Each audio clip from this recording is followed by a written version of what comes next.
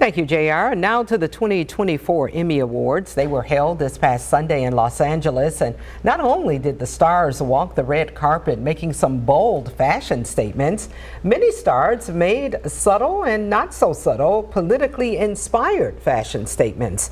We welcome to First at 4 Focus Professor Scott Warner. He's the chair of the Merchandising and Marketing Program at Northwood University, and thank you so much for joining us.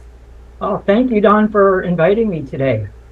Now, stars making political statements through fashion at these high-profile events, nothing new. We've seen it for decades. How effective, though, is this method when it comes to getting a message across?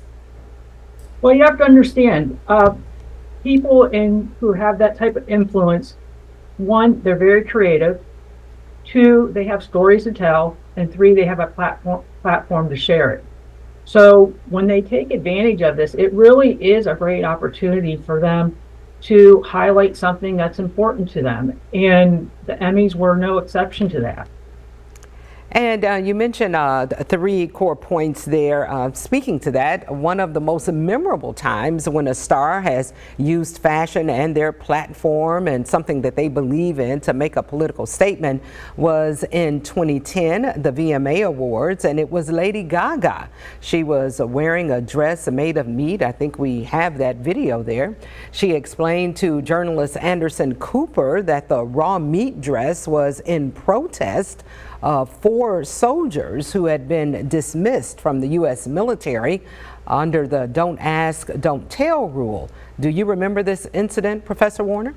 Oh, I sure do. The fact that we're still talking about it just really emphasizes how lasting something like that, how powerful a statement like that can be. We're still talking about it 14 years later, and we still, we remember that. It was just shocking.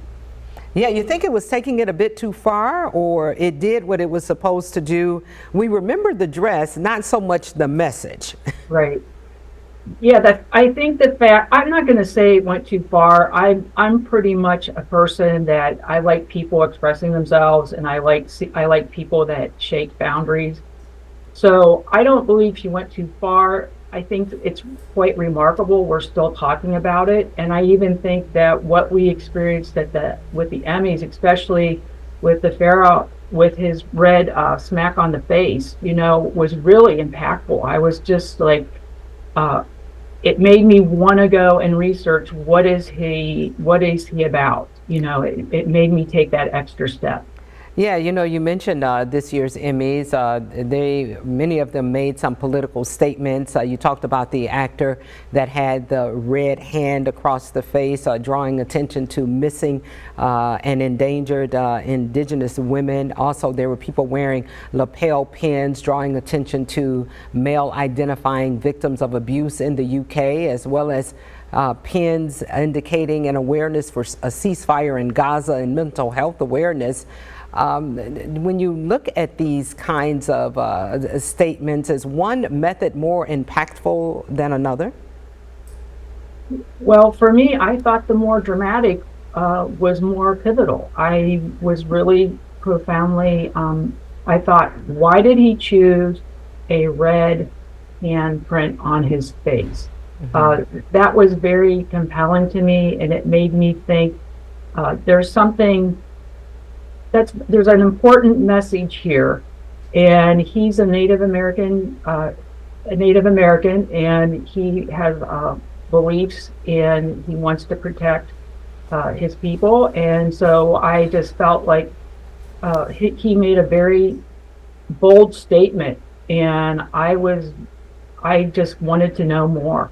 Yeah, and before I let you go, very quickly, tell us about the Northwood University and their fashion showcase coming up next year for your next one. You actually are rallying around a cause for the very first time, correct? So, well, actually last year we rallied around sustainability, and this year we're taking on mental health. So it's going to be an exciting time. I'm working with the student director and their team, and they're going to be doing an excellent job. And I'm really looking forward to seeing how we connect fashion and a social cause together. And I think we're going to do a great job at it. Professor Scott Warner, the chair of the Merchandising and Marketing Program at Northwood University, thank you so much for joining us for First at 4 today. Sure. Thank you. Thank you.